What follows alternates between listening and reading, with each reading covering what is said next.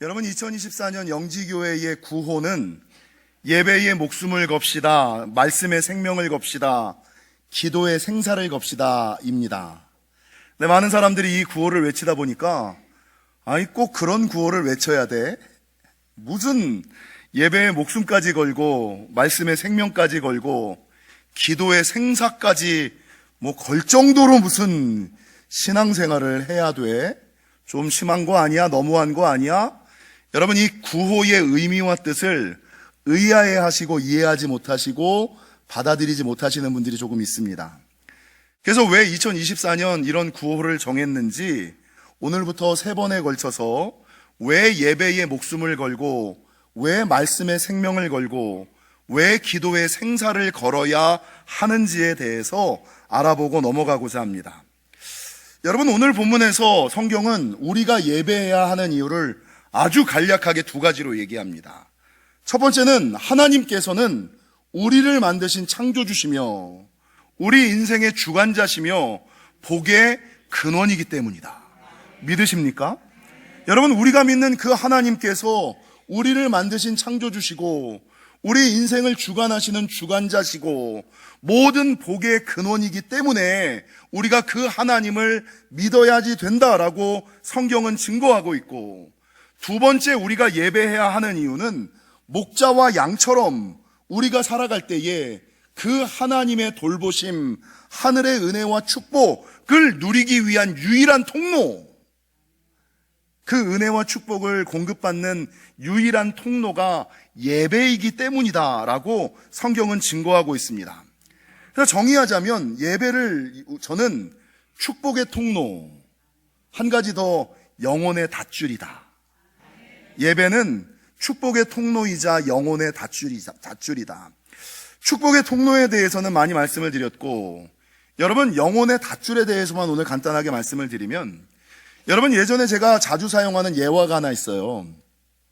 어느 날 어린아이가 선장 아빠에게 아빠, 나 아빠 배에서 좀 놀고 싶어. 그러니까 아빠가 선장이니까 너 이 배에서 맘대로 놀아. 내가 주인이야. 먹고 싶은 거 맘대로 꺼내 먹고 놀고 싶은 거 맘대로 놀고 노래방도 가고 식당도 가고 맘대로 해. 근데 이 배에서 다 네가 하고 싶은 대로 다 해도 되는데 유일하게 하지 말아야지 될 거, 유일하게 손대지 말아야지 될 거 한 가지가 있어. 그거는 배와 육지를 연결하는 이 닷줄만큼은 풀지 마라. 이게 선장의 얘기였어요. 아빠의 그 약속 얘기였어요. 에덴 동산에서 하나님이 우리에게 하셨던 명령과 같이. 근데 이 아이가 노래방도 가고 오락실도 가고 레스토랑도 가고 수영장도 가고 다 놀다가 이제 좀 심심해지는 거예요. 근데 갑자기 왜 아빠가 닷줄에는 손대지 말라 그랬지? 에이, 무슨 별 의미 있겠어? 별 뜻 있겠어? 뭔가 재밌는 게 있으니까. 그 옛날 아담과 하와가 선악과를 따먹은 것처럼. 에이, 특별한 일 있겠어? 있는 이거 닷줄 한번 탁 풀어봤어요. 근데 무슨 일이 생깁니까? 아무 일도 안 생기죠. 에이, 뭐야, 별일 안 생기네. 닷줄 풀었다고 천둥번개가 치는 것도 아니고 벼락이 떨어지는 것도 아니고 아무 일도 안 일어나네. 그리고 심심하네, 재미없네. 그러고 배에 들어가서 놀았어요. 한참을 놀다가 가판 위에 딱 올라왔는데 여러분, 어떤 일이 벌어졌을까요? 육지와 배를 연결했던 이 닷줄이 풀려서 이 아이가 자기도 모르는 새에 망망대해에 떠 있는 것을 발견하게 되었다. 그래서 여러분, 우리 신앙에 있어서도 풀지 말아야지 되는 한 가지, 놓지 말아야지 되는 한 가지, 끊지 말아야지 되는 한 가지, 막지 말아야지 되는 한 가지, 이게 축복의 통로, 영혼의 닷줄. 예배만큼은 여러분 끊지 말고 놓지 말고 막지 말아야지 된다라고 말하는 거죠. 여러분, 세상에서는 돈을 잃으면 적게 잃은 것이고 건강을 잃으면 다 잃은 것이다, 이런 말이 있잖아요. 신앙의 영역에서 은혜 잃어버리고 은사 잃어버리고 복은 잃어버릴 수 있어요. 복을 잃어버린 거는 적게 잃은 건데 예배를 잃어버리면 다 잃어버리는 거예요. 예배를 놓아버리면 축복이 공급되지 않죠. 능력이 공급되지 않죠.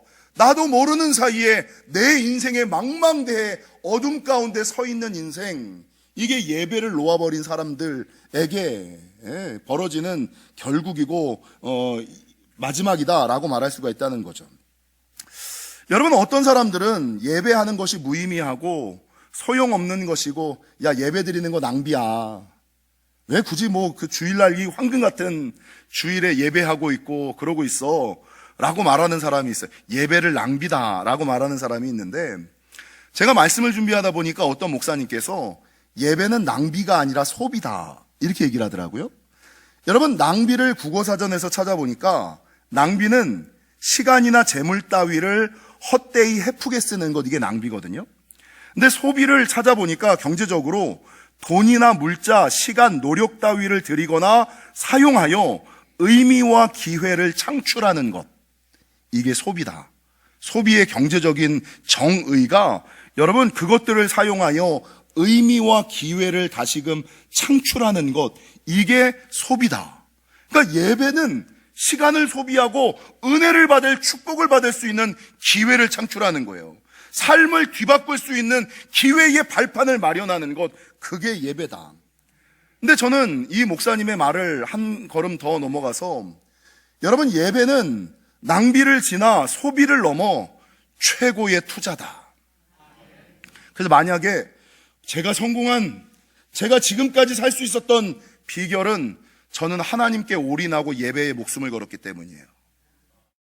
이게 제가 지금은 이 자리에 설 수 있었던 한 번도, 좀 자랑 같긴 합니다만, 제가 사춘기 때 대학 다닐 때 막 세상에서 나가 놀 때 일평생, 지금 50년이 훌쩍 넘었는데 일평생 주일날 예배 빠진 것은 10번도 안 돼요. 그 사춘기 때 막 술 먹고 막 이럴 때 잠깐 빠져봤지 평생 우리 부모님이 가르쳐주던 예배는 빠지면 안 된다. 주일은 목에 칼이 들어와도 성수해야 된다. 이거를 지금까지 지키고 예배에 목숨을 걸고 살아왔을 때 하나님께서 저를 이곳에, 여러분, 성경을 보십시오. 성경에서 가장 큰 복을 받은 사람들은 모두가 다 예배자였습니다. 가장 큰 복을 받았던 사람들은 복의 근원이라고 할 수 있는 아브라함, 사람들이 제일 좋아하는 물질의 축복, 지혜를 받았던 솔로몬. 여러분, 이 아브라함이 복을 받을 수 있는 복의 근원이 되어질 수 있었던 비결이 뭡니까? 성경을 보면 그는 가는 곳이 어디든지 간에 제일 먼저 무엇을 쌓고? 제단을 쌓았고 가장 귀한 것으로 예배하는, 자기의 아들까지도 아끼지 않고 귀한 것으로 여기지 않고 이 자녀까지도 주님이 주신 것이고 이 자녀의 주인도 하나님인 것을 인정하며 가장 귀한 것으로 하나님께 예배하는 신앙, 제일 먼저 예배하고 가장 귀한 것으로 예배하는 이 신앙을 하나님께서 보시고 너를 복의 근원으로 삼으시는 놀라운 역사가 있었고, 여러분, 솔로몬을 보십시오. 솔로몬이 인간이 가질 수 있는 지혜 중에 최고의 지혜를 가지고 인간이 가질 수 있는 물질 중에 최고의 물질을 가졌는데, 이 솔로몬이 복을 받을 수 있었던 비결도 아브라함과 동일하게 왕이 되고 나서 제일 먼저 뭐예요? 성전을 짓고 예배하잖아요. 제일 먼저 예배하고 그 다음에 예배할 때 어떻게 예배했습니까? 일천번째 가장 귀하고 값진 것으로 예배했다. 그러니까 아브라함과 솔로몬의 공통점은 뭐예요? 제일 먼저 예배하고 가장 귀하고 값진 것으로 하나님께 예배했다라고 성경은 기록하고 있습니다. 여러분, 솔로몬이 이렇게 예배하였을 때에 하나님께서 어떤 은혜와 축복을 주셨을까? 여러분, 그가 1000번째로 나아갔을 때 열왕기상 3장 4절과 5절은 이에 왕이 제사하러 기브온으로 가니 거기는 산당이 큼이라. 솔로몬이 그 제단에 1000번제를 드렸더니 기브온에서 밤에 여호와께서 솔로몬의 꿈에 나타나시니라. 예배할 때 나타나시잖아요. 예배할 때 찾아와 주시고, 여러분, 예배할 때 임재하시고 축복하시기를 하나님이 이르시되 내가 내게 무엇을 줄고 너는 구하라. 야, 이런 음성을 좀 들어보시기를. 하나님이 나타나시는 은혜를 경험할 뿐만 아니라 내가 내게 무엇을 줄고, 야, 네가 그렇게 열심히 예배를 드린다고? 내가 내게 무엇을 줄지 네가 원하는 것을 나에게 말해. 예? 하나님께서 나타나시고, 여러분, 이런 주님의 물음에 솔로몬이 지혜를 구하잖아요.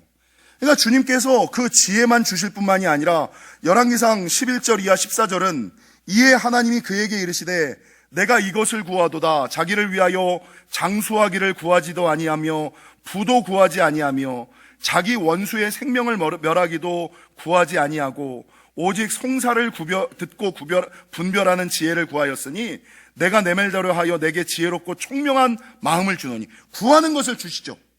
총명과 지혜를 주시죠. 그 다음은 뭐라고 증거하고 있냐면 내가 구하지 아니한, 아멘 하세요, 부귀와 영광도 내게 주노니 내 평생의 왕들 중에 너와 같은 자가 없을 것이다.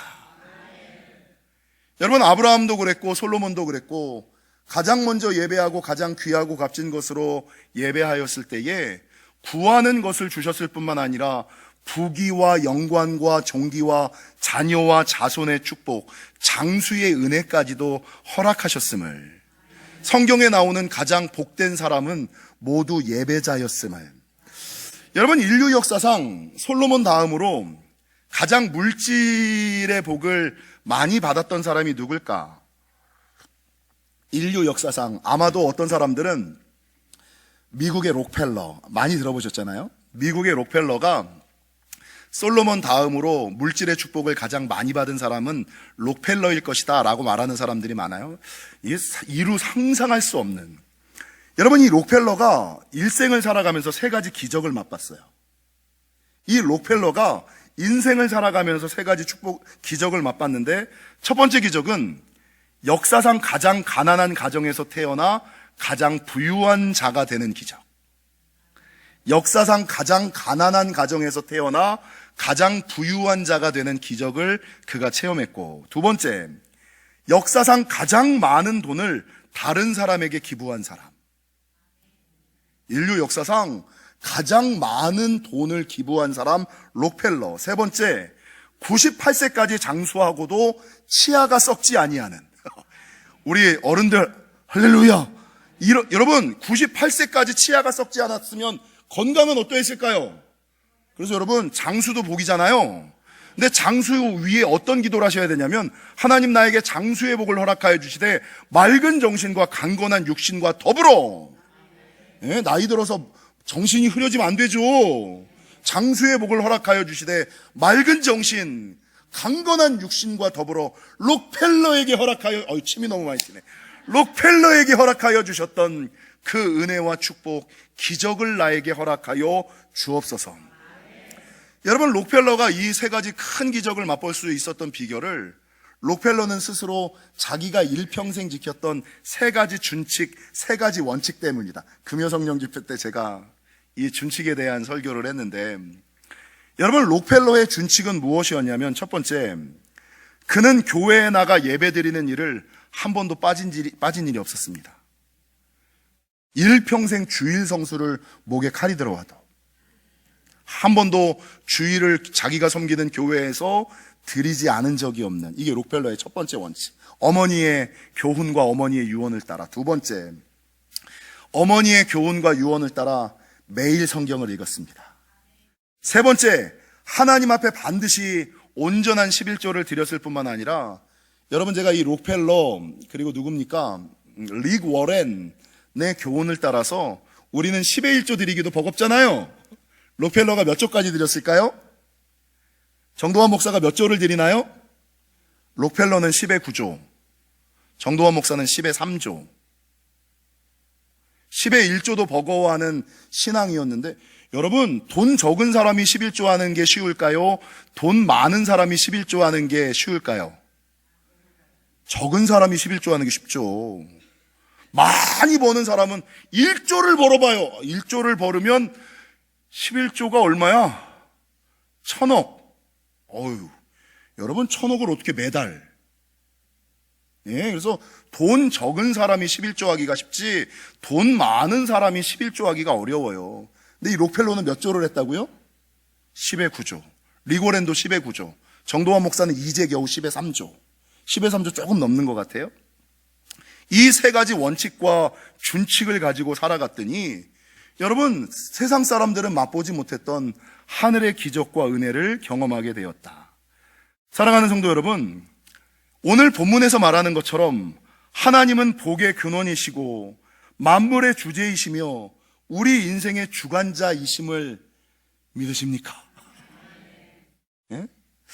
여러분, 주제자와 주관자라는 말, 주제하다, 주관하다라는 말은 모든 일의 주인이며 모든 일을 주관하는 분. 그러니까 하나님은 우리 인생의 주관자야, 만물의 주제자야 라고 얘기할 때 주제라는 것은 모든 일의 주인, 모든 일을 주관하는 분, 이 만물의 주인, 만물의 주제자, 만물의 주관자라는, 역사의 주관자라는 이 의미를, 믿음을 가지고 있어야지 됩니다.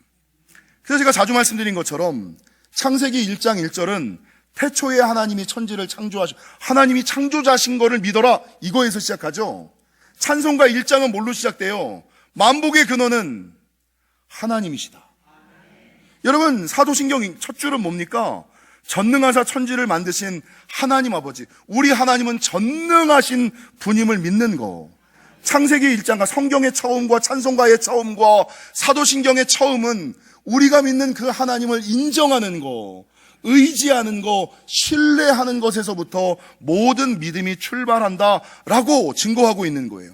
그러니까 신앙도 우리 하나님이 만복의 근원임을, 우주의 창조자임을, 만물의 주제자임을, 복의 근원임을 믿어야 이게 시작이 되고 출발이 되는데, 여러분, 사람들이 가장 좋아하는 게 뭐예요? 물질이잖아요. 물질을 누가 주세요? 하나님이 주시죠. 사람들이 제일 걱정하고 염려하는 게 뭡니까? 두려워하는 게 뭡니까? 건강과 생명이잖아요. 생명의 주관자가 누구예요? 건강을 누가 주세요? 하나님이 여러분, 사람들이 제일 끙끙대는 게 자녀잖아요.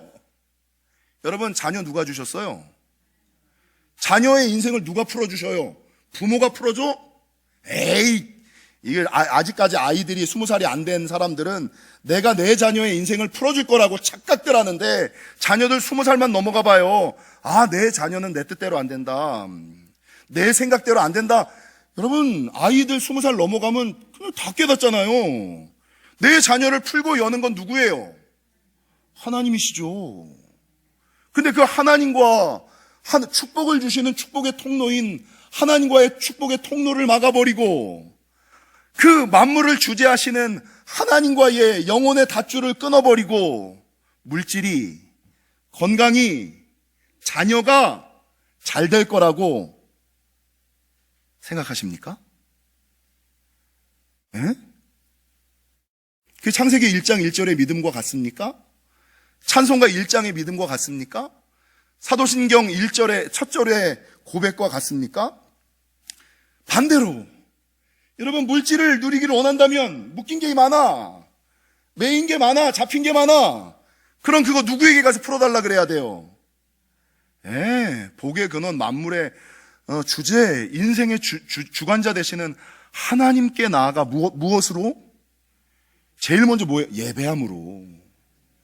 예배로 풀어야죠. 예배는 그렇게 드리면서 하나님 물질의 복을 주시고, 자녀가 잘 되게 하여, 건강을, 예배를 드리면서, 축복의 통로이자 영혼의 닷줄인 예배를 드리면서 그거를 해야지. 예배는 안 드리면서, 여러분, 이 믿음이 완전 이건 성경에 보도 듣도 못한, 그래서 돈을 잃은 것이면 적게 잃은 것이고, 건강을 잃으면 다 잃은 것처럼, 여러분, 복을 잃으면 적게 잃은 거지만, 은사를 잃으면, 능력을 잃으면 적게 잃은 거지만, 예배를 잃으면 다 잃어버린 거예요. 예배를 잃으면 다 잃어버린 거예요. 그래서 저는 앞서서 아까 그 목사님께서 예배는 낭비가 아니라 소비다라고 얘기를 하는 것과는 반대로, 예배는 낭비를 지나 소비를 넘어 최고의 투자다. 내 인생을 향한, 내 자녀를 향한, 여러분, 예배를 쌓아주세요. 예배를 드리게 하셔야지요. 예배는 최고의 투자다라고 성경은 말씀하고 있는 거예요. 그래서 영국에서 4번이나 총리를 지낸 윌리엄 글래드스턴은 뭐라고 얘기했냐면, 나에게는 예배석이 대영 제국의 수상석보다 더 존귀하다. 목사라는 직분, 장로라는 직분이 회장이라는 직분, 사장이라는 직분보다 더 귀하십니까? 그러니까 예배의 복을 누렸던 사람들은, 예배의 은혜를 안았던 사람들은 총리, 수상, 예배자가 최고의 복이지. 예배자가 최고의 복이지. 살아 역사하는 믿음이라는 책을 쓴 데이빗 클락슨은 뭐라 그러냐면, 하나님은 예배를 통하여 우리에게 임재하시고, 예배를 통하여 우리에게 역사하시고, 예배를 통하여 우리에게 축복하시고, 예배를 통하여 우리를 치유하신다. 그러니까 예배는 축복의 통로, 영혼의 닷줄. 그래서 칼바르트가 뭐라고 얘기했냐면, 예배는 가장 귀한 것이요, 가장 긴급한 것이고, 가장 영광스러운 일이다. 그래서 예배를 뜻하는 영어가 워십이잖아요. 워십. 이 워십은 두 가지 영어로가 합성화된 거거든요. 가치 있다라는 월스와 십, 가장 가치 있는 것, 가장 가치 있는 것을 하나님께 올려드리는 것, 이게 워십의 의미예요. 아브라함과 솔로몬처럼 제일 먼저 예배하고 가장 귀하고 값진 것으로 하나님을 예배했던 것처럼, 반대로 이 예배의 은혜와 축복을 경험한 사람들은 예배가 이런 것이다 라고 얘기를 했는데, 예배가 실패하여 어려움을 당했던 헨리 W. 벨로즈라는 사람은 자기가 이제 좀 떠나봤거든. 자기가 좀 놀아봤거든. 축복의 통로를 막아봤거든. 건드리지 말아야 되는 영혼의 닷줄 예배를 빠져봤거든.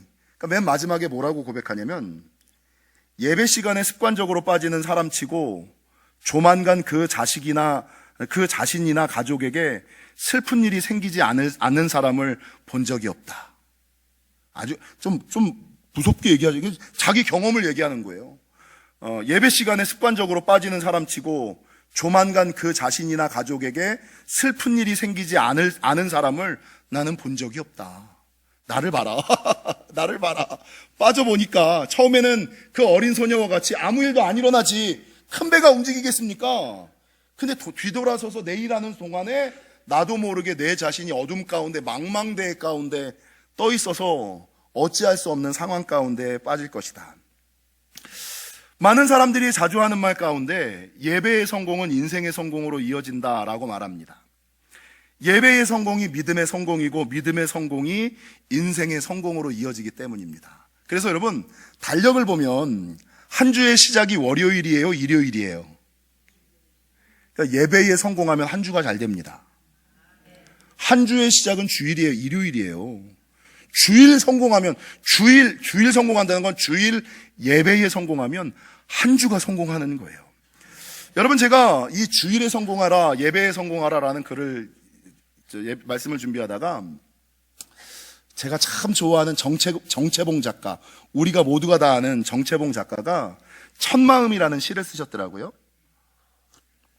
첫마음이라는 시를 썼는데, 이 첫마음이라는 시를 읽어드리면 이렇습니다. 1월 1일 아침에 찬물로 세수하면서 먹은 첫 마음으로 1년을 산다면, 1월 1일 찬물로 세수하면서 먹은 첫 마음으로 1년을 산다면, 요걸 이제 성경적으로 바꾸면 1월 1일 성구 영신 예배 때 가졌던 마음을 가지고 1년을 산다면, 이런 뜻이죠.